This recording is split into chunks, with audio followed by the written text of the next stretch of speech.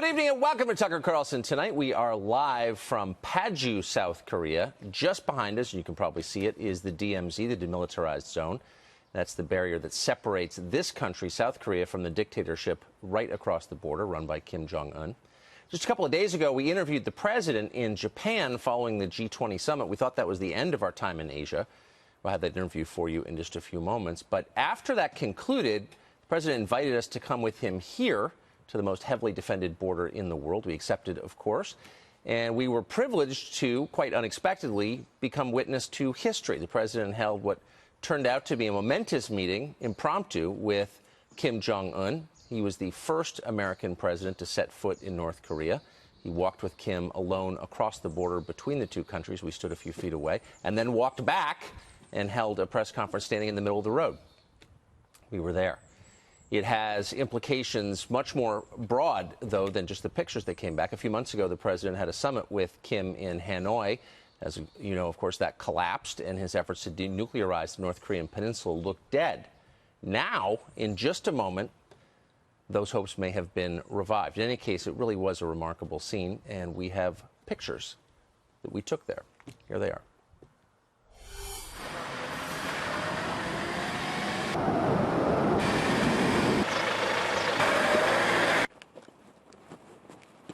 We're in one of the strangest places in the world. Behind me are two countries that could not be more different. Here's the contrast. On the left is South Korea. You can see the flag flying white on the flagpole.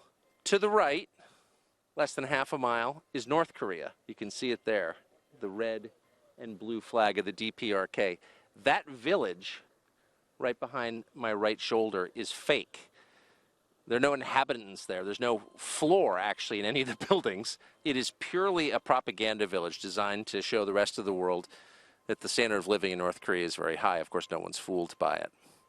But you really are, right here, looking at the greatest divide on planet Earth. On the left, one of the richest countries in the world. On the right, the single poorest. Amazing.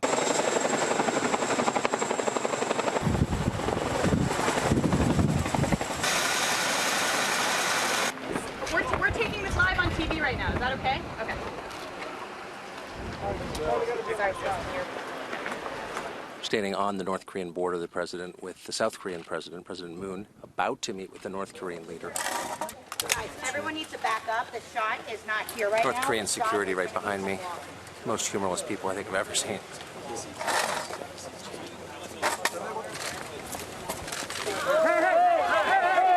Come on. Come on. Guys. Wait till they move. Come on, guys. Wait till they move. Mr. President. Mr. President, how do you feel? Feel great. It's a great honor to be here. Just looking at this action, this is an expression of his willingness. Thank you, everybody. Will you invite him? That was unbelievable. There's a reporter getting manhandled. It's not clear by whom. I'm sorry, I gotta watch this. She's gonna follow. No. It's a great day for the world, and it's an honor for me to be here. Okay. Well, that was mind-blowing. So the president walks across with Kim Jong-un, stood right in the middle of the street, almost no one around, as you can see. This is the famous blue houses. Kim was visibly winded from the probably 20-yard walk. Looked bewildered. A lot of cameras here going off in his face. We were probably 4 feet away from him. He seemed out of his element. It really felt like something amazing just happened.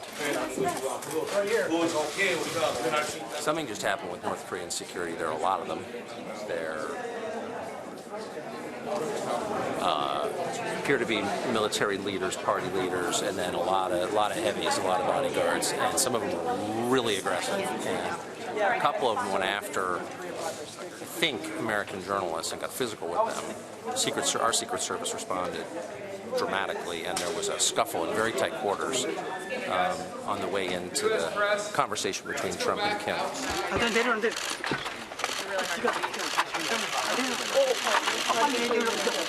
So Kim just walked back into his country. These are the North Korean security guards. They don't like being filmed. Also traveling with Kim was a pretty large contingent of photographers and cameramen.